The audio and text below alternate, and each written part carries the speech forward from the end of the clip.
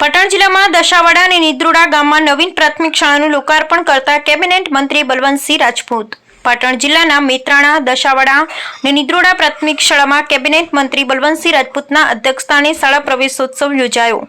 આવો બનાવીએ શાળા પ્રવેશોત્સવને સમાજોત્સવ થીમ અંતર્ગત શાળા પ્રવેશોત્સવ અને કન્યા કેળવણી મહોત્સવ 2025 અંતર્ગત પાટણ જિલ્લામાં આવેલ સિદ્ધપુર તાલુકા મેત્રાણા, દશાવાડા અને નિદ્રોડા પ્રાથમિક શાળામાં કેબિનેટ મંત્રી શ્રી બલવંતસિંહ રાજપૂતના અધ્યક્ષસ્થાને શાળા પ્રવેશોત્સવ અને દશાવાડા અને નિદ્રોડા ગામમાં નવીન પ્રાથમિક શાળાનું લોકાર્પણ કરવામાં આવ્યું હતું।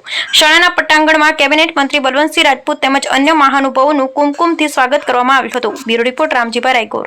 સમગ્ર ગુજરાતમાં 26, 27 ને 28 એ ગુજરાતના મુખ્યમંત્રી શ્રીએ સમગ્ર ગુજરાતમાં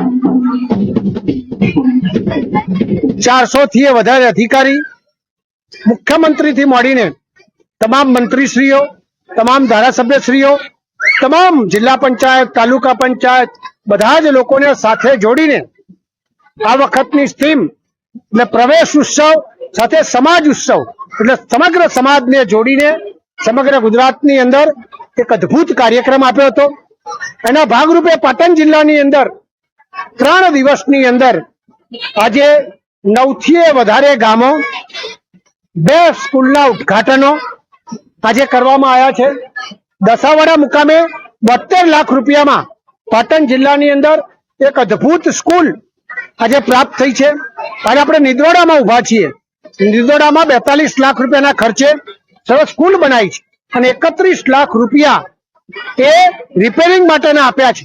સરકારે કોઈ પણ સુવિધાથી વંચિત ના રહે, પછી ડિજિટલ હોય, કોમ્પ્યુટર હોય, સાયન્સની લેબ હોય, દરેક ક્ષેત્રે પ્રગતિ થાય એ પ્રકારની વ્યવસ્થામાં કોઈ ગામ બાકી ના રહે। કોઈ પણ જનની માગણી આવે તરત મંજૂર કરીને આ પ્રકારની વ્યવસ્થા કરી છે।